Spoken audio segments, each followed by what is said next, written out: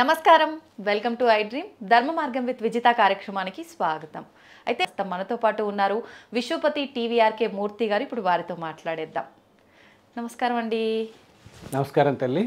ముందుగా me I dream ప్రేక్షకులందరికీ కూడా, అలాగే ప్రజలందరికీ కూడా, మన తెలుగు రాష్ట్రాల్లోనూ మన భారతదేశంలోనూ ప్రపంచంలో ఉన్న వాళ్ళందరికీ కూడా ఈ సంవత్సరం చాలా బాగుండాలి. అందరి కుటుంబాలు అందరూ బాగుండాలి. స్వామివారి కరుణ అందరి మీద ప్రశంసాలని ఆ స్వామిని ప్రార్థిస్తున్నాను. ధన్యవాదాలండి. అందరి తరఫున నేనే మీకు ధన్యవాదాలు తెలియజేస్తున్నాను. చాలా సంతోషం తల్లి. అందరూ అంతే కదా, అందరు మంచి, అందరూ బాగుండాలి. అందరూ అంటున్నారు కదా, అందరూ బాగుండాలి, అందరూ నేను ఉండాలి. ఈ మధ్య ఎక్కువ వింటున్నాం కదా ఇటువంటి మాటలు. అలాగా అందరికీ సంవత్సరం బాగుండాలి అని నేను స్వామివారిని మరొకసారి మనసారా ప్రార్థిస్తున్నాను. అయితే మనకు ఇప్పుడు క్రోధినామ సంవత్సరంలో ఉన్నాము ప్రస్తుతము. రాబోయేది శ్రీ విశ్వవసునామ సంవత్సరము. అయితే క్రోధి అనగానే ఆ పేరులోనే మనకు కొంచెం ఎంత ఇబ్బందికరమైన పరిస్థితులు ఉండబోతున్నాయి అనేది అర్థమవుతుంది. మరి విశ్వవసునామ సంవత్సరం ఎలా ఉండబోతోంది, ఏ రంగాల వాళ్ళకి ఎలా ఉండబోతోంది? ప్రతి ఒక్కరూ చెప్తున్నారు అంటే 29న షష్టగ్రహ కూటమి గ్రహాల మార్పుల వల్ల చాలా ఇబ్బందులు వస్తున్నాయి. ఉగాది ఇంకొకటి రాజు సేనాధిపతి సూర్యుడు అవటం వల్ల ఇబ్బందులు కూడా ఎక్కువగా ఉన్నాయి అని చెప్పంటున్నారు. అసలు ఏ విధంగా ఉండబోతుంది ఈ కొత్త సంవత్సరం అంతా కూడా తెలియజేయండి. అది ఎవరికి వాళ్ళ జాతకం. ఇప్పుడు అలా ఉంటున్నా కూడా చాలా బాగా జరుగుతుంది. ఇప్పుడు ఏం నడిచి అంటే భయపడతాం. రేపు 30వ తారీఖు 29వ తారీఖు శని గమనం మారుతోంది అని చెప్పి అందరూ చాలా ప్రపంచం అంతా తలకిందలు అయిపోతుంది అంటున్నారు కదా. ఏం నట్స్ అని కూటమి అంటున్నారు. అలాగే ఏం నట్స్ అని స్టార్ట్ అవబోతోంది. ఇప్పుడు మీన రాశిలోకి వస్తున్నారు శని. సో వీళ్ళందరికీ కష్టాలు జరుగుతాయి ఇంకని చెప్పి అది మనం అలా అనుకోక్కర్లేదన్నమాట. కేవలం ఒక రాశిలో శని నడుస్తున్నప్పుడు కానీ, ఒక రాశిలో గ్రహాలు నడుస్తున్నప్పుడు కానీ ఆ రాశి వారు అందరికీ ఒకే విధమైన ఫలితం ఉండదు అక్కడ. అది మళ్ళీ వాళ్ళ జాతకాలు బట్టి, మన జాతకం అనేది మళ్ళీ ఏంటి, మన ప్రారంభ కర్మలు బట్టి మన జాతకంలో కనిపిస్తుంది. వీటి బట్టి వీళ్ళకి జరుగుతుంది కానీ సామాన్యంగా ఇలా ఉంది కదా అని ఇప్పుడు మనం ఇందాక వింటున్నాం కదా, రోజు గత నెల రోజుల నుంచి ఈ షష్టగ్రహ కూటమి దాని గురించి చెప్తున్నారు. చాలా భయపెట్టేస్తున్నారు. చాలా భయపెడుతున్నారు. ఇటువంటి కూటములు ఇవన్నీ ఇంతకుముందు నుంచి వస్తూనే ఉన్నాయి మనకి. ఒక 4 గ్రహాలు 6 గ్రహాలు 2 గ్రహాలు ఇవన్నీ. సో ఇవి ఇండివిజువల్ని ఇంపాక్ట్ చేయటం కంటే భౌగోళిక పరిస్థితులు ప్రపంచాన్ని జనరల్ ఈవెంట్స్ని ఎక్కువ ఎఫెక్ట్ చేస్తాయి.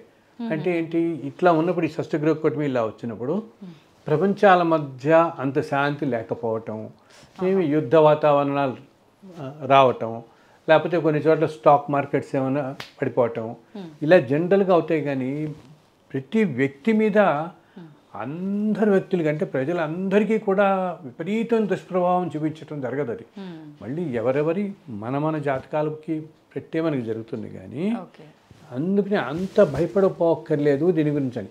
అలాగే నన్ను ఎవరో అడుగుతున్నారు, మేలో కరోనా వస్తుంది కదా మళ్ళీ, ఇది దీనివల్ల అసలు ఏప్రిల్ మేలో ఊహించుకోలేనటువంటివి కూడా జరుగుతాయన్నట్టుగా అంటున్నాం కదా మనం. దానిని మించిన వైరస్ వస్తుంది అని చెప్పి ఇప్పుడెప్పుడు దగ్గరలో ఎప్పుడూ అటువంటిది రాదు తల్లి. అంతటి మించింది అటువంటిది ఎప్పటికీ రాదు.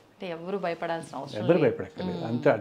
అటువంటి వైరస్ ఏమి ఇప్పుడప్పుడే ప్రపంచాన్ని ఏంటి స్తంభించేసేంతటిది మాత్రం జరగదు. అయితే మనకు గత కొన్ని రోజుల క్రిందట జల ప్రళయాలు ఇలాంటివి చూసాం కదా, అలాంటివి కూడా మళ్ళీ అలాంటివి ఏంటంటే జనరల్లీ కూడా మామూలుగా ఈ ప్రపంచం మొత్తం ప్రస్తుతం నేను అందరికీ చెప్తున్నదే 2022 నుంచి 21-22 నుంచి 2028-30 దాకా కూడా కొంచెం టఫ్ పీరియడ్లో ఉన్నాం మనం అందరం.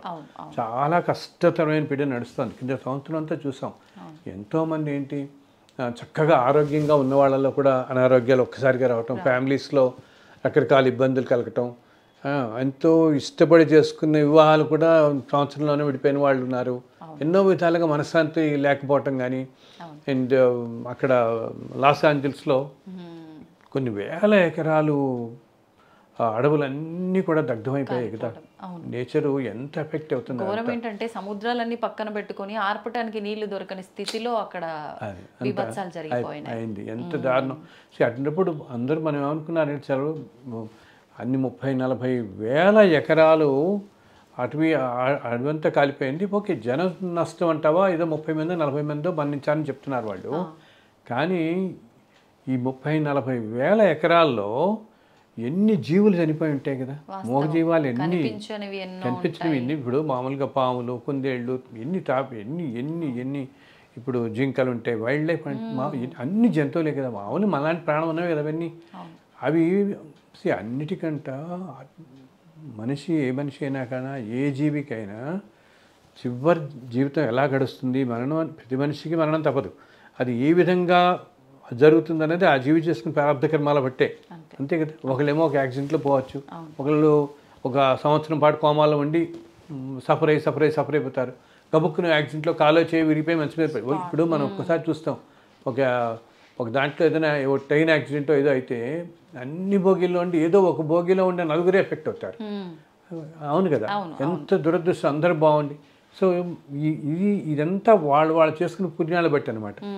సో వీటిలన్నింటిలో కల్లా అతి దారుణమైనగా బాధ ఏంటంటే అగ్ని బాధ అనమాట. శరీరం కనుక కాలితే ఏదైనా శరీరం మనకి చిన్నది అంటుకుంటేనే మనము విలువలాడిపోతుంది కదా. ఇప్పుడు మనం ఇంట్లో వంటలు చేసుకునేటప్పుడు చేతికి ఏదైనా వేడి తగిలితేనే మనం చాలా విలువలాడిపోతాం, మంచి వేడి తగిలిందని.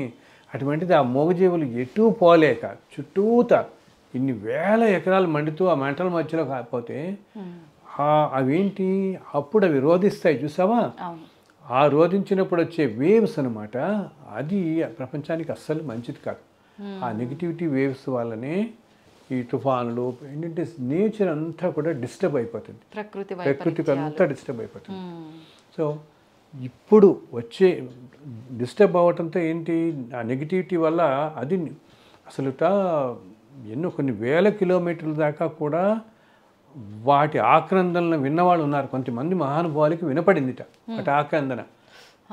వెళ్ళిపోతూ ఇంకా ఏమి చేయలేక హెల్ప్లెస్, ఎటు వెళదామన్నా అగ్ని తప్పితే ఏమీ లేదు, ఒక్క తోచని స్థితి అయిపోయి పాపం ప్రాణాలు ఎన్నో అనమాట. ఎందుకంటే తర్వాత ఫైర్ ఫైటర్స్ లోపలికి వెళ్ళి చూస్తుంటే పూర్తిగా మెస్ అయిపోయి ఉన్నాయి ఎన్నో. ఇది ఎంత దారుణమైన పరిస్థితి. సో ఇటువంటివన్నీ కష్టతరమైన పరిస్థితి. ఇప్పుడు వచ్చే సంవత్సరం మనకి కూడా, ఇప్పుడు రాబోయే సంవత్సరం మనం మామూలుగా జనరల్ ఫలితాలు అనుకున్నా కూడా ఈ సంవత్సరంలో కూడా కిందటి సంవత్సరం లాగానే నేను అందరికీ చెప్తున్నట్టే అగ్ని నీరు ఈ రెండిటితో అందరూ జాగ్రత్తగా ఉండండి. ఎక్కడ ఎటువంటి చిన్న ఛాన్స్ కానీ రిస్క్ కానీ అస్సలు తీసుకోకండి. ఈ రెండు తత్వాలు చాలా ఎక్కువగా ప్రకోపిస్తాయన్నమాట. అందుకని ఫైర్ యాక్సిడెంట్స్ అనేవి మధ్య ఎక్కువ చూస్తున్నాం మనం. ఏంటి మల్టీ స్టోరీ బిల్డింగ్స్లో ఫ్యాక్టరీస్లో ఫైర్ యాక్సిడెంట్స్ కానీ ఇవన్నీ ఎక్కువయ్యాయి. అలాగే రాబోయే సంవత్సరం కూడా మనకి అగ్ని ప్రమాదాలు ఎక్కువ అవుతాయి, నీటికి సంబంధించిన ప్రమాదాలు ఎక్కువ అవుతాయి. ఏమిటి నీళ్ళలో మునిగిపోవటం కానీ, ఏదైనా పిక్నిక్ వెళ్ళిన వాళ్ళు గబుక్కుని వెళ్ళిన వాళ్ళు వీళ్ళందరూ జాగ్రత్తగా ఉండండి. నీటితో చాలా జాగ్రత్తగా. ఇవి ఎందుకు జరుగుతున్నాయి అంటే ప్లానెటరీ మూమెంట్స్ అలా ఉన్నప్పుడు మనం పంచభూతాలు అంటాం కదా, ఈ పంచభూతాలన్నీ కూడా ఒక్కసారిగా ప్రకోపిస్తాయి అన్నమాట. అవి వాటిల్లో ఈ రెండు తత్వాలు ఈ సంవత్సరం ఎక్కువ ప్రకోపించి అనేక అగ్నికి సంబంధించిన వాటిల్లో కానీ నీటికి సంబంధించిన వాటిలో కానీ ఎక్కువ యాక్సిడెంట్స్, ముఖ్యంగా పరిశ్రమల్లో అన్నమాట. ఇండస్ట్రీస్లో ఫ్యాక్టరీస్లో కెమికల్ ఫ్యాక్టరీస్, ఫార్మా కంపెనీస్, వీటిల్లో ఈ చాలా హైలీ ఇగ్నైటింగ్ మెటీరియల్స్ అన్నీ ఉంటాయి. వాళ్ళు చాలా జాగ్రత్తగా ఉండాలి. అందరికీ చెప్తున్నాను, ఈ సంవత్సరం ఈ ఫ్యాక్టరీస్ వాళ్ళందరికీ కానీ అగ్నికి సంబంధించిన వాళ్ళని ఇప్పుడు మనకి ఈ దీపావళి చేస్తారు, శివకాశి అటంతా కూడా తమిళనాడులో చాలా ఎత్తున చేస్తారు దీపావళి సామాన్లు. అక్కడ కూడా చాలా జాగ్రత్తగా ఉండాలి. లేకపోతే ఈ సంవత్సరం టపాకాయల్లో హైలీ ఇన్ఫ్లేమబుల్ అనమాట. అది కొంచెం తగిలిన బాగా మండిపోతుంది. సో అటువంటి చోట్ల మామూలు కంటే ఇప్పుడు కాలం బాగాలేనప్పుడు అందరం చెప్తాను, చూడు మీకు టైం బాగాలేదు జాగ్రత్తగా ఉండండి అని సామాన్యంగా అందరం వింటాం కదా. సో ఈ సంవత్సరం అసలే అగ్ని అనేది ఇలా కొంచెం ఉన్నట్టు ఉంటుంది కాబట్టి జాగ్రత్తగా ఉండండి కాస్త. ఇలా ఉన్న చోట్లంతా అగ్నికి సంబంధించిన highly inflammable oil industries, pharma industries కానీ ఈ కెమికల్ ఇండస్ట్రీస్, ఇప్పుడు మన ఈ ఫైర్ క్రాకర్స్ చేసేవాళ్ళు జాగ్రత్తగా ఉండాలి. లేకపోతే తప్పకుండా ఈ సంవత్సరం ఎక్కువ అగ్ని ప్రమాదాలు అవ్వడానికి సూచన ఉంది, జరగచ్చు. నీటితో కూడా అనమాట. ఏదన్నా నీటి దగ్గరికి వెళ్ళేటప్పుడు గబుక్కుని ఏంటి ఆ ఉత్సాహంలో పడిపోయి వాళ్ళు అది ఎంత లోతుందో ఏముందో చూసుకోకుండా వెళ్ళిపోతున్నారు. పిల్లలు ఎంతోమంది మనం వచ్చి వింటున్నాం అసలు ఈత రాకుండా నీళ్ళలో దిగిపోయి ఎంత ఏంటంటే నీరు అగ్ని మనుషుల్ని ఎలా లాగేస్తాయంటే అంత ఆకర్షిస్తుంది నీరు కూడా. ఈ టైం బాగాలేనప్పుడు మనకి తెలియకుండానే నీరు ఇక్కడ ఏం లేదునే అని వెళ్ళిపోతాం, మునిగిపోతాం అన్నమాట. సో ఈ రెండింటికి సంబంధించిన విషయాల్లో జాగ్రత్తగా ఉండాలి. కానీ భారతదేశం మాత్రం ఎకనామికల్గా చాలా వృద్ధి చెందుతుంది, చాలా ఫైనాన్షియల్లీ చాలా బాగుంటుంది. అండ్ ఎంతోమందికి ఉద్యోగాలు వస్తాయి. ఇప్పుడు 5-6 నెలల నుంచో లేకపోతే 2-3 సంవత్సరాల నుంచో ఉద్యోగాలు లేవనుకుని పాపం కష్టపడుతున్న వాళ్ళు ఉంటారే, వాళ్ళందరికీ ఏప్రిల్ మే జూన్ వచ్చేటప్పటికి ఉద్యోగ అవకాశాలు బాగా వస్తాయి. పోన్లేండి, నిరుద్యోగ సమస్యతో ఎంతమంది ఆత్మహత్యలు చేసుకుంటున్నారు, అలాంటి వాళ్ళకి ఇది ఒక శుభవార్త. అవును తల్లి, చాలామంది పడుతున్నారు కదా, ఉద్యోగాలు చాలా బాగా వస్తాయి. ఇలా 5-6 ఏళ్ళ నుంచి ఎదురు చూస్తున్న వాళ్ళకి కానీ అటువంటి వాళ్ళకి ఉద్యోగాలు వస్తాయి. అలాగే ఎప్పటి నుంచో వివాహం ఆలస్యంగా అవుతున్న వాళ్ళందరికీ కూడా ఏప్రిల్ తర్వాత మొదటి 3-4 నెలల్లోనే మనకి మే జూన్ జూలై ఆగస్టుకంతా చాలామందికి వివాహాలు నిశ్చయం అవుతాయి.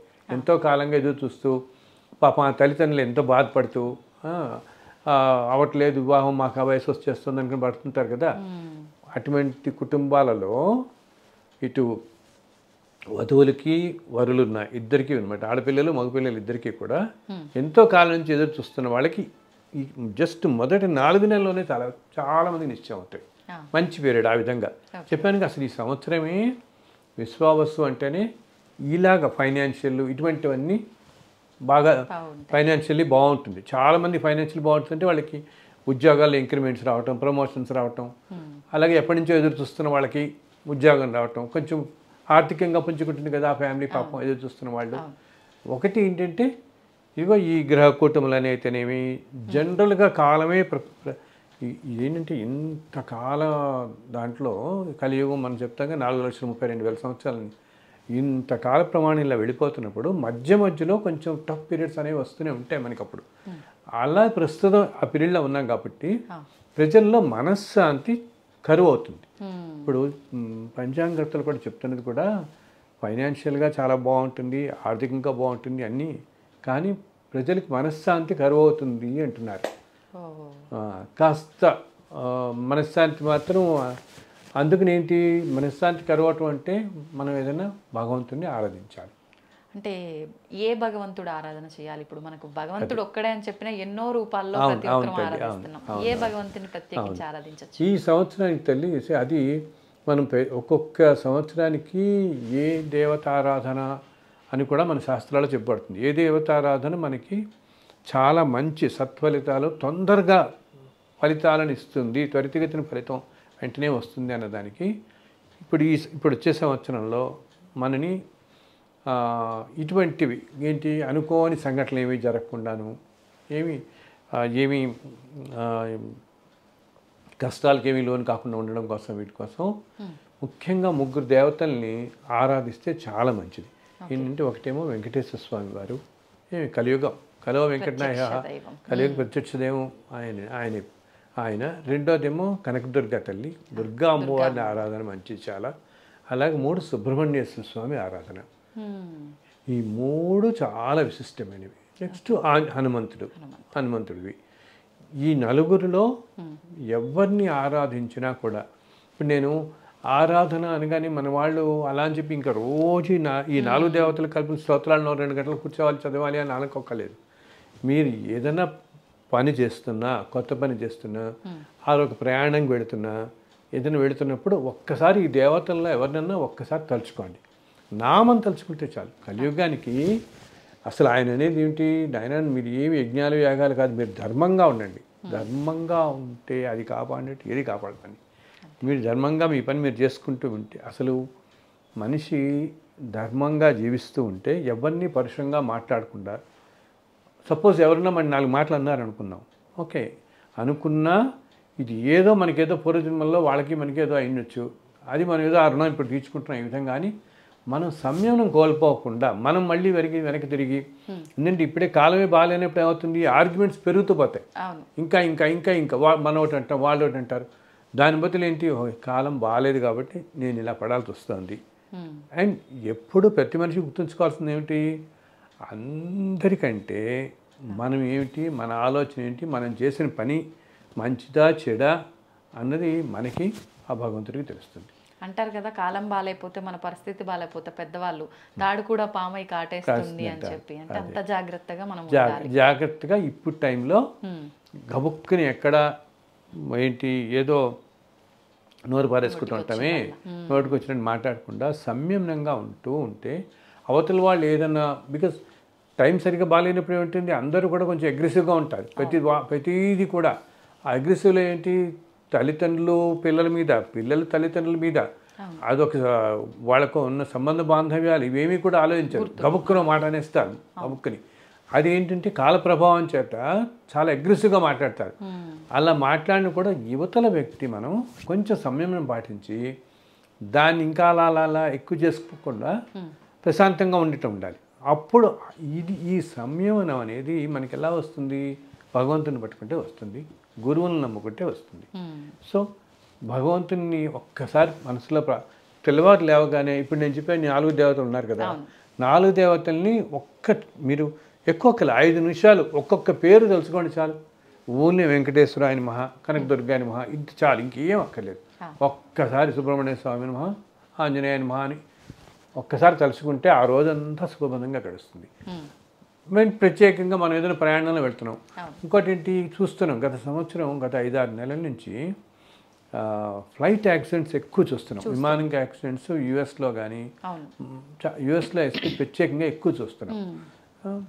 ఇప్పుడు రాబోయే కాలంలో కూడా ఈ సంవత్సరం కూడా విమాన ప్రమాదాలు చాలా ఎక్కువ జరుగుతాయి.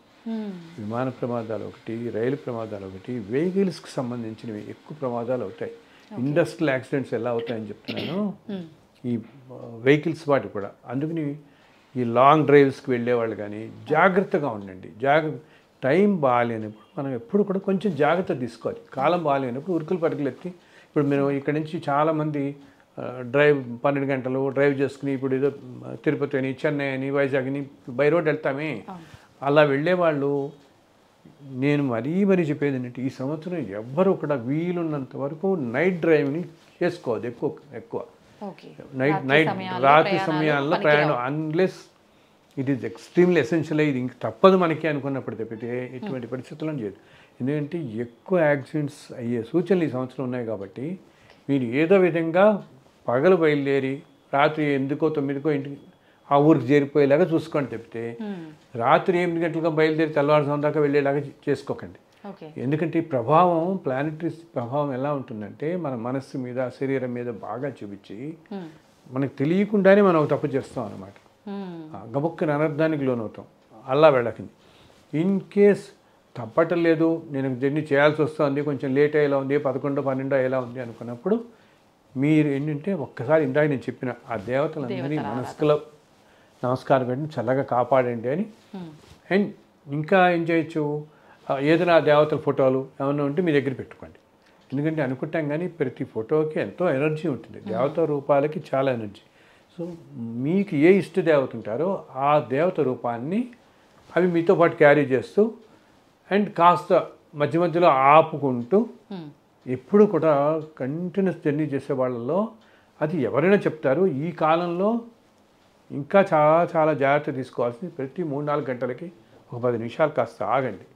ఎప్పుడు తల్లి ఒక విశేషం ఏంటంటే ఎక్కడైనా కూడా మనం ఈ జర్నీస్లో కానీ ఎటన్నా వెళుతున్నప్పుడు కానీ కాసేపు నువ్వు ఆగి, సపోజ్ ఆ టైంలో మనం అనుకుందాం మనకి తెలియకుండా బయలుదేరుతాం, అప్పుడు కాలం ప్రభావం ఆ టైంలో ఉన్న ప్లానెటరీ మూమెంట్స్ ఏదైనా కొంచెం కష్టతరంగా ఉన్నాయనుకో, అంటే మన జాతకానికి సరిగా లేనప్పుడే యాక్సిడెంట్స్ అవుతాయి కదా, చూస్తాం కదా వెళ్ళిన వాళ్ళు.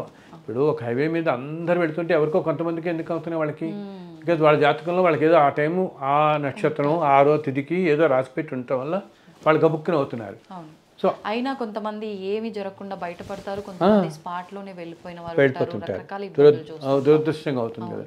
సో దానికి ఒక చిన్న ఇదేంటంటే ఉపాయం, ఎక్కడ మీకు ఒక 3-4 ఇలా లాంగ్ ట్రావెల్స్ చేసేవాడు ప్రతి 3-4 గంటలకి కాసేపు ఆపి కొంచెం మన దగ్గర వాటర్ అయితే అందరి దగ్గర ఉంటుంది కదా, ఆ వాటర్ని ఒక్కసారి భగవంతుని తలుచుకొని ఆ నీళ్ళు తాగండి. తాగితే ఏంటంటే ఈ ఎఫెక్ట్ చాలా తగ్గుతుంది. ఆ ప్లానెటరీ ఎఫెక్ట్ వీళ్ళకి తగ్గి కాస్త ఓకే.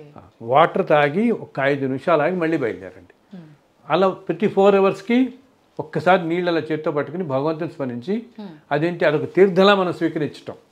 అర్థమైందా? ఏదైనా అన్నిటికంటే భావనే చాలా ముఖ్యం అన్నమాట. మన చేతిలో మనం అలా పట్టుకుని ఒక్కసారి భావన మనకి అది భావన చేసుకుని నాయన ఇది నీ తీర్థం నేను తీసుకుంటున్నాను నన్ను కాపాడు అని మళ్ళీ 4 అవర్స్కి మళ్ళీ అది. ఇంకోటి ఏంటి, కొంతమంది నన్ను అడిగారు ఈ మధ్య నేను ఇలా చేసి చక్కగా వెళ్ళిపోయి బెంగళూరు వెళ్ళిపోతున్న వాళ్ళు ఈ మధ్య నేను చూస్తున్నాను. ఎవరు నన్ను అడుగుతారు, అప్పుడు నాకు ఒక మెసేజ్ పెడతారు అనమాట, గురుగారు ఇలా పెడుతున్నాం మేము, ఆల్రెడీ మాకు 8 అయిపోతుంది ఇక్కడ స్టార్ట్ అయ్యేటప్పటికి, ఈజీగా 2 అయిపోయేలా ఉంది, రాత్రి మైకి వెళ్ళేటప్పటికి ఎలా అని వెళ్ళి తీరాలి మేము.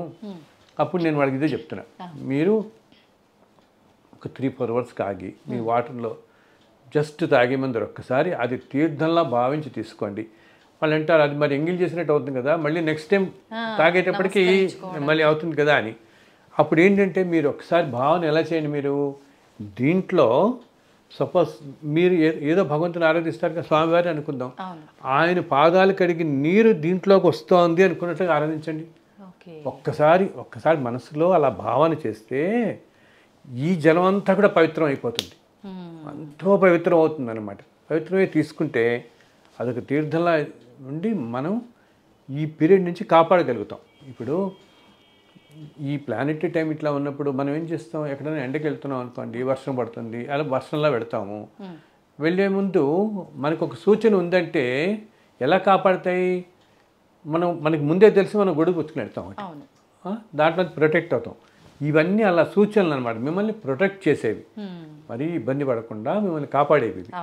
ఇది తేలిక విషయం కదా, నీళ్ళు తాగడానికి భగవంతుని తెలుసుకుని నీళ్ళు తాగితే చిన్న విషయమే కానీ మనకి ఎంతో ఉపయోగపడే విషయం. ఎందుకంటే ప్రమాదాలు ఇటువంటివి ఏంటి, వెహికలర్స్ సంబంధించినవి, ఫ్లైట్స్ సంబంధించినవి, ట్రైన్స్ కానీ, ఈ లాంగ్ డిస్టెన్స్ ట్రావెల్స్ కానీ, ఇవన్నిటికీ ఈ సంవత్సరం ప్రమాదాలు ఎక్కువ జరిగే సూచనలు ఉన్నాయి. ఇందాక అగ్నితో నీటితోనే కాకుండా వెహికల్స్ మీద కూడా ప్రమాదాలు ఎక్కువనే కాబట్టి కొంచెం జాగ్రత్తగా ఉండటం మంచిది. ఓకే. ఇప్పుడు ఇంకా అంటే మనకు ఉగాది పంచాంగం అనేసరికి ప్రతి ఒక్క రంగాల వాళ్ళకి ఎలా ఉంది అనుకుంటాం, వ్యవసాయం చేసే వాళ్ళకి ఎలా ఉంది, ఈసారి పంటలు ఎలా పండబోతున్నాయి, వర్షాలు ఎలా బాగుంటాయి తల్లి, ఈసారి అదేంటి పంటలు బాగుంటాయి అండ్ వర్షాలు కూడా బాగానే కురుస్తాయి. మధ్యమంగా, మరీ ఎక్కువగా కాకపోయినా మధ్యమంగా, మరీ అనావృష్టిలాగా అవ్వదు. ఈ సంవత్సరం వర్షాలు బాగానే కురుస్తాయి. అదేంటి మన ప్రతి సంవత్సరానికి చెప్తారు. సో ఈ సంవత్సరానికి పంటలు బాగుంటాయి, రైతులు కూడా సంతోషంగా ఉంటారు, అండ్ ఆటోమొబైల్ ఫీల్డ్ ఒకటి చాలా బాగుంటుంది, అండ్ రియల్ ఎస్టేట్ ఫీల్డ్ కూడా బాగా ఇంప్రూవ్ అవుతుంది. ఓకే, ఫైనాన్స్ అండ్ బ్యాంకింగ్ వాళ్ళందరికీ బాగుంటుంది, హెల్త్ కేర్ సెక్టర్ వాళ్ళకి బాగుంటుంది, ఐటీ కంపెనీలో వాళ్ళకి మన వాళ్ళందరూ భయపడిపోతున్నారు ఏంటంటే అమెరికాలో రిసెషన్ లాగా వస్తుంది, ఎంత అవుతుందో ఇక్కడ ఎలా ఇబ్బందికరంగా ఉంటుందేమోనని అంత భయపడేంత ఇబ్బంది ఉండదు. అది కాకపోగా ఇందాక నేను చెప్పాను కదా, అసలు కొంత ఉద్యోగాలు కూడా కొత్త వస్తాయి. అసలు ఏప్రిల్ మేలోనే ఎంతోమంది కొంత ఉద్యోగాలు రావడం చూస్తారు. ఎప్పటి నుంచో ప్రయత్నిస్తున్న వాళ్ళందరికీ కూడా తప్పకుండా ఉద్యోగాలు వస్తాయి అన్నమాట, వెంటనే వస్తాయి వాళ్ళకి కూడా. అండ్ ఇదిగో వివాహాలు అవుతాయి, ఏదో చెప్పాను కదా. జనరల్గా సాధారణంగా అంత భయపడే సంవత్సరం కాదు, కానీ మనశ్శాంతి, మాట సమయమును ఇవన్నీ ఉంచుకుంటూ భగవంతుని మీద ఆరాధిస్తూ మనం నమ్ముకున్న గురువు మాట వింటూ, గురువు ఏం చెప్పినా దాన్ని అలా ఫాలో అవుతూ అనుసరిస్తూ, రోజు మనం గురువుని కలవక్కర్లేదు, గురువుని తలుచుకోక్కర్లేదు, అంత టైము అంత ఉండదు ఈ రోజుల్లో. మనం ప్రత్యేకంగా వెళ్ళి అందరినీ కలవడానికి కదా మనకి. బట్ గురువు అనేవాళ్ళు ఎక్కడ ఏ రూపంలో ఉన్నా మనకి కాపాడుతూ ఉంటారు. ఇప్పుడు ఒక చంద్రశేఖర సరస్వతి, కంచి మహాస్వామి, మహావతార్ బాబాజీ, రమణ మహర్షి, వీళ్ళందరూ ఈ కాలంలో మన మధ్య లేకపోయినా ఒక విధమైన చాలా శక్తి స్వరూపాలు అన్నమాట. ఆ శక్తి స్వరూపం ఎప్పటికీ వాళ్ళని నమ్ముకున్న వాళ్ళని, వాళ్ళని అనుసరిస్తున్న వాళ్ళని, ఆ మార్గంలో వెళుతున్న వారిని ఎప్పుడూ వాళ్ళు రక్షిస్తూ ఉంటారు. మనం సపోజ్ అందుకనే అందరూ మన వాళ్ళు చెప్పేది ఏమిటి, ఎవరన్నా మంచి గురువుని ఫాలో అవ్వండి అని ఎందుకు చెప్తాం, గబుక్కుని ఒక్కసారి మనకి ఆలోచన రాకపోయినా అసలంటూ మనకు గురువు మార్గంలో వెళ్ళేటట్టయితే ఆ గురువు మనం ఎప్పుడూ రక్షిస్తూ ఉంటాడు. మనం అడిగినా అడగకపోయినా. ఒక్కసారి ఇప్పుడు కంగారులో మనం గుర్తు రాకపోవచ్చు, ఆ టైం గురువుని తెలుసుకోవటం, భగవంతుని తెలుసుకోవటం, ఏదో పని వస్తుంది అర్జెంటుగా వెళ్ళిపోతాం, అప్పటికప్పుడు మనం ఇంత టైం ఉండదు. కాకపోయినా ఎప్పుడూ కనుక మనం ధర్మకార్యాలు చేస్తూ మంచి పనులు ఉంటే ఆ గురువు భగవంతుడు మనని రక్షిస్తూ ఉంటాడు. సో ధర్మంగా ఉండే వాళ్ళకి ఏమీ కష్టపడక్కర్లేదు ఈ సంవత్సరం. ఇప్పుడు ఇది నడుస్తుందా, ఆ తర్వాత వచ్చే సంవత్సరం పేరు పరాభవన సంవత్సరం. అది ఇంకా కష్టతరంగా ఉండబోతుంది దీనికంటా కూడా. పరాభవం అంటేనే అన్ని పరాభవాలు జరగటం, అవమానాలు జరగటం, మనకి అన్నీ కూడా కష్టం జరగటం కదా. సో అంటే ఈ వచ్చే 2-3 సంవత్సరాల కాలం ప్రపంచానికి అంత అనుకూలంగా ఉండదు. భూకంపాలు ఒకటి ఎక్కువ అవుతాయి, అది కూడా ఆఫ్ఘనిస్తాన్, ఇరాన్ ఆ కంట్రీస్లో ఎక్కువ అవుతుంది ఎక్కువగా. మనం ఇప్పుడు విశ్వాసంలో కూడా ఈ సంవత్సరంలో కూడా మనకి రాబోయే నెలల్లో కూడా దక్షిణ భారతదేశం కొంచెం తక్కువగా ఉంటుంది.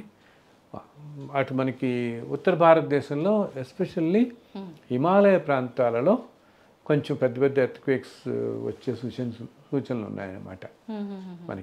మనకేమో ఇక్కడ నవంబరు ఆ టైంలో 2-3 సార్లు పెద్ద తుఫాన్లు, బికాజ్ నీరు కూడా చాలా ప్రకోపిస్తున్నాను కదా. సో తుఫాన్లు కూడా వచ్చే అవకాశం ఉంది ఇటు పక్కన మనకి ఏంటి బే ఆఫ్ బెంగాల్లో. ఓకే. అయితే మనకు మామూలుగా చెప్తుంటారు కదండి, యాగాలు ఇలాంటి హోమాలు చేయడం వల్ల ప్రకృతి వైపరీత్యాలు కూడా అరికట్టవచ్చు అని చెప్పి. అలాంటి ఏమైనా చేయటం వల్ల అంటే లోక కళ్యాణం కోసం ఏదైనా చేస్తే ఇలాంటివి కొంచెం అరికట్టవచ్చు అంటారా? తప్పకుండా యజ్ఞయాగాదులు చేయటం వల్ల, ఈ క్రతువులు చేయటం వల్ల ఈ దీంట్లోనే ఎంతో పాజిటివిటీ వచ్చి ప్రకృతిలో దానివల్ల కొంచెం ఉపశమనం కలుగుతుంది అనమాట. మనకు ఒకటి 80%లో ఉండేది 60%కే తగ్గుతుంది, 60-40లో పోతుంది అనమాట. బట్ పూర్తిగా నిర్మూలించడం అనేది సాధ్యం కాదు, ఎందుకంటే ఇంత కష్టపడే పరిస్థితులు ఉన్నప్పుడు పూర్తిగా కాదు, కానీ చాలా మటుకు ఉపశమనం వస్తుంది వాళ్ళకి. అండ్ మనుషులందరికీ కూడా ఏంటి, వాళ్ళు పడుతున్న కష్టాలకి తట్టుకునే శక్తి లభిస్తుంది ఈ యజ్ఞ యాగాదులు చేయటం వల్ల. మామూలుగా కొంచెం తగ్గుతుంది ఇటువంటి కష్ట నష్టాలు. ఈ పీరియడ్లో వాళ్ళకి ఏమైనా ఆపదలు, అనారోగ్యాలు, ఇటువంటి ఆందోళనకర పరిస్థితులు ఏమైనా జరగాలని ఉంటే వాటికి కొంచెం తక్కువగా వెళ్ళిపోతాయి అన్నమాట. ఇప్పుడు అంటుంటామే మనం, కాలుకి ఫ్రాక్చర్ అవ్వాల్సిన చోట ఏదో చిన్న నొప్పితో, ఏదో వేలుకో తగిలో అట్లాగా, అలా అన్నట్టుగా తక్కువ రీతిలో వెళతాయి. వీటి వల్ల ఎప్పుడు మంచిది. అలా ఇప్పుడు ఎన్నో ధార్మిక సంస్థలు చేస్తున్నాయి. ప్రస్తుతం మనకి ఈ శతకుండ యాగం అని, సహస్రకుండ యాగాలని ఎన్నో చోట్ల చేస్తున్నారు.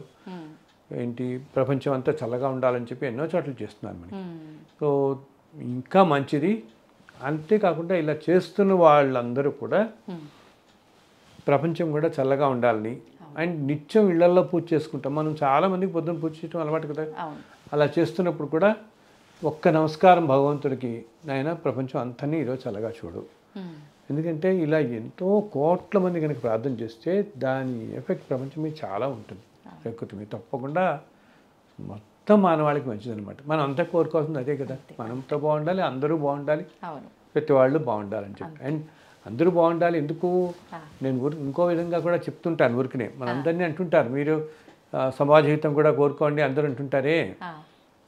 ఎందుకు కోరుకోవాలంటే అందరూ ఇప్పుడు మనం ఇన్ని కోట్ల జన్మ నుంచి, చిన్న విషయం గమనించు, ఇన్ని కోట్ల జన్మల నుంచి వస్తున్నాం కదా మనం. సో ఈ జన్మల్లో ఉన్న రుణాలతోనే మనకు ఒకటి తల్లిలో తండ్రి కొడుకో ఏదో అవుతున్నాడు, అంతే కదా. ఈ బంధాలన్నీ మనకి ఇలా వస్తున్నాయి. అండ్ ఇప్పుడు వచ్చిన మన పిల్లలు ఏంటి, ఏదో కొన్ని వేల జన్మల క్రితం మన పక్కింట్లో ఉండో, మనకు అన్నో తమ్ముడో ఏదో ఉండి ఆ సోల్కి అది గట్టిగా పట్టుకొని మళ్ళీ వాడు మన దగ్గరికి వద్దాం అనుకుంటాడు. ఏదో కొంతకాలం మనతో సాన్నిధ్యంగా గడపాలి అని మన దగ్గర చేరుతారు వాళ్ళు. చేరినప్పుడు వాడు తండ్రో కొడుకో తల్లో ఏదో అయితే మళ్ళీ 30-40 సంవత్సరాలు 50 సంవత్సరాల మంది ఉంటారు కదా. కానీ మనం చెప్పినట్టే వాడి జీవితం గడవాలంటే గడవదు. బికాజ్ ఇన్ని వేల సంవత్సరాల్లో వాళ్ళ కర్మ ఏమనిపించారో దాని ప్రకారం వాడి జీవితం ఇప్పుడు తెలుస్తుంది. మళ్ళీ ఈ ఎందుకు మన దగ్గరికి వచ్చాడు, మనకి ఆ రుణం ఉంది కాబట్టి, ఆ జన్మలో ఎప్పుడో మనం తొందరగా విడిపోయాం కాబట్టి గబుక్కుని ఈ ఇద్దరికి కూడా అలా మళ్ళీ అలా ఏంటంటే లోపల ఆత్మ అలాగా క్రేవింగ్ అంటాం, దానికోసం కావాలి కావాలి కావాలి సాన్నిధ్యాన్ని కోరుకుంటడంతో ఏదో రూపంలో మళ్ళీ మన దగ్గరికి ఒక జన్మలో చేరుతారు. ఇప్పుడు ఏమవుతుంది, ఈ 30-40 సంవత్సరాలు అయిన తర్వాత కలిసి ఉంటాం కదా మనం. ఈ సాన్నిధ్యం తీరగానే ఈ క్రేవింగ్ పోతుంది, దానికి ఈ తపన పోతుంది అన్నమాట. పోయి ఇంకొకటి తీరిపోతుంది, ఆవిడకి తీరిపోవడంతో ఏమవుతుంది ఆత్మకి, వీళ్ళు మళ్ళీ మనకి కలవరు, ఇంకా మళ్ళీ కొన్ని వేల జన్మల దాకా మనకి కలవరు. ఎప్పుడో కొన్ని వేలు లక్షల సంవత్సరాలు ఎక్కడన్నా కలిస్తే మళ్ళీ కలవచ్చు, లేకపోతే లేదు. అందుకు నేను అందరితో అంటాను, నాయన మీ పిల్లలతో, చుట్టుపక్కల స్నేహితులతో అందరితో చక్కగా ఉండండి. మళ్ళీ ఎవరిని ఎన్ని జన్మల తర్వాత కలుస్తారో, ఎన్ని కోట్ల సంవత్సరాలు కలుస్తారో తెలియదు. అలాగే మన చుట్టూ ఉండే వాళ్ళందరూ ఉంటారు. కొంతమంది మనకు చాలా దగ్గర అవుతారు. ఇప్పుడు మన ఉద్యోగాల్లో నిత్యం మనం చేసే వాటిలో మన పక్కిళ్ళల్లో ఉండేవాళ్ళు ఉంటారు, మన దగ్గర పని చేసేవాళ్ళు ఉంటారు. ఏంటి మనకి ఎక్కువగా కనపడుతున్న వాళ్ళు, కలుస్తున్న వాళ్ళు. ఆయన ఉద్యోగాలు మనం మారుతూ వెళ్తాం, రకరకాల ప్రదేశాలకు వెళ్తాం. రేపు ఇంకో పని ఏదో ఉంటుంది, ఏదో ఇంకో ఊరికి వెళ్తాం. ఆ ఊర్లో ట్రైన్లో ఎవరో కొంతమంది కలుస్తాం, ఇంతమందిని కలుస్తాం కదా. ఈ కలిసి వీళ్ళందరూ కూడా ఎవరికి తెలుసు, ఏ జన్మల్లో, ఇంత ముందు జన్మల్లో వీళ్ళలో ఎవరైనా మన తల్లో తండ్రో కొడుకు అయి ఉండొచ్చు కదా, అంతే కదా.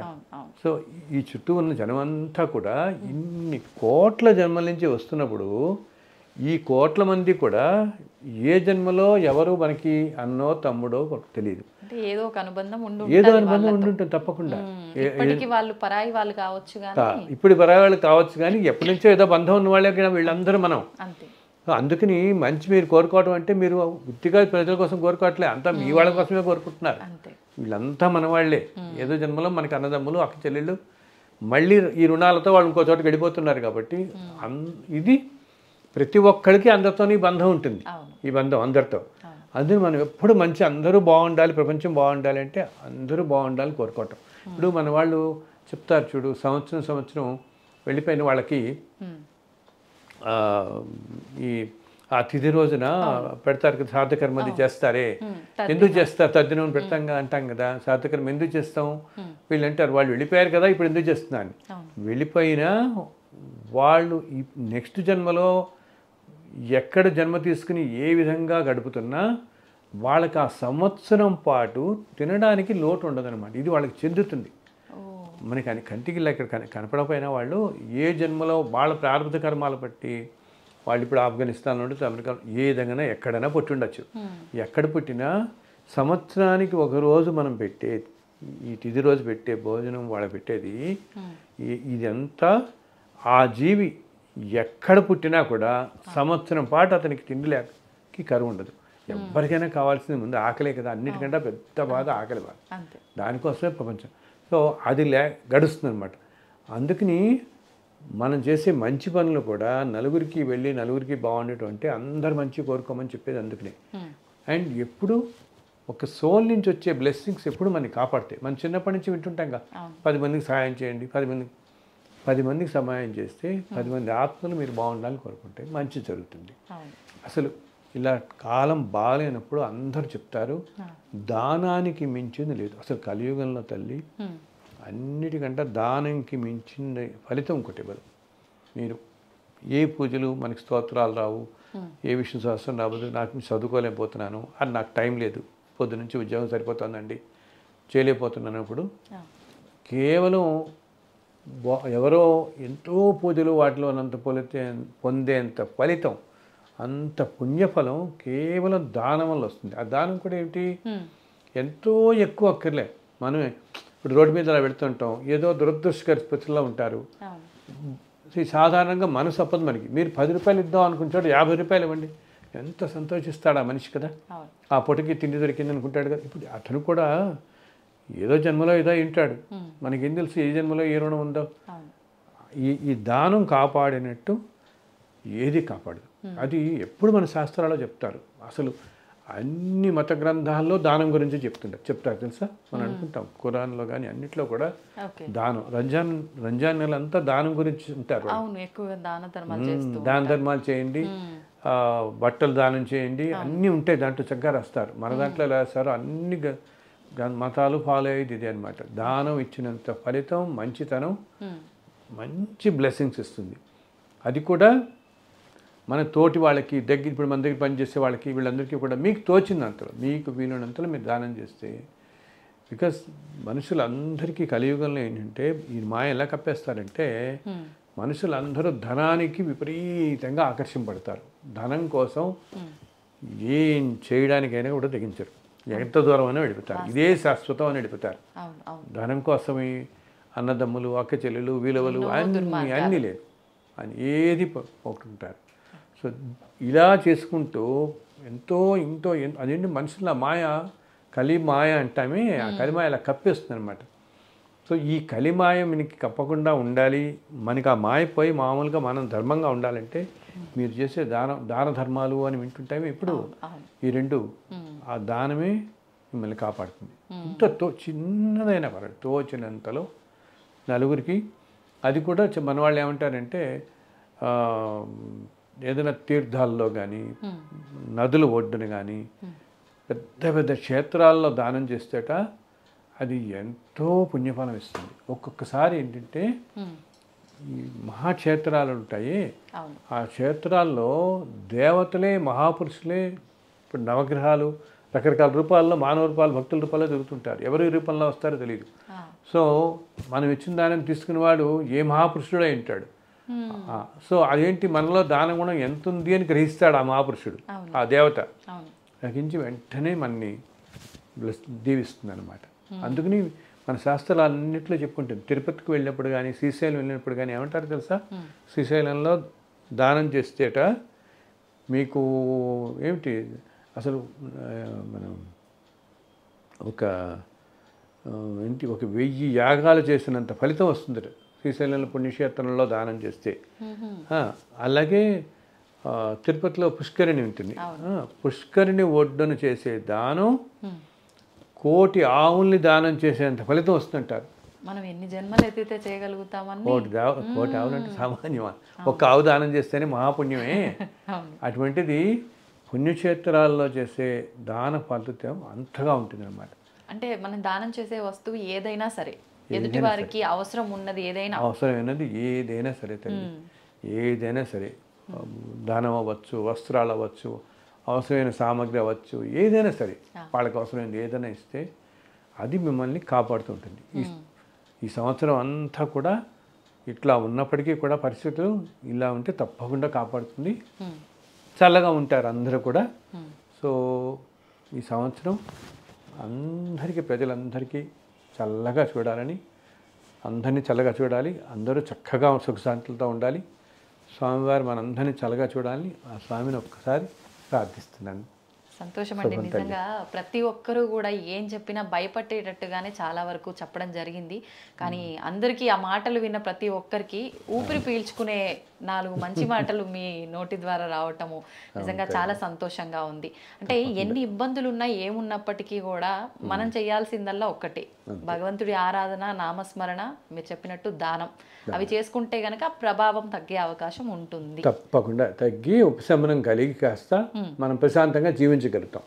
మనకి ఇందాక మనశ్శాంతి ఉండదని అవన్నీ కాకుండా ప్రశాంతమైన జీవితం గడపగలుగుతాం. తట్టుకునే శక్తి వస్తుంది.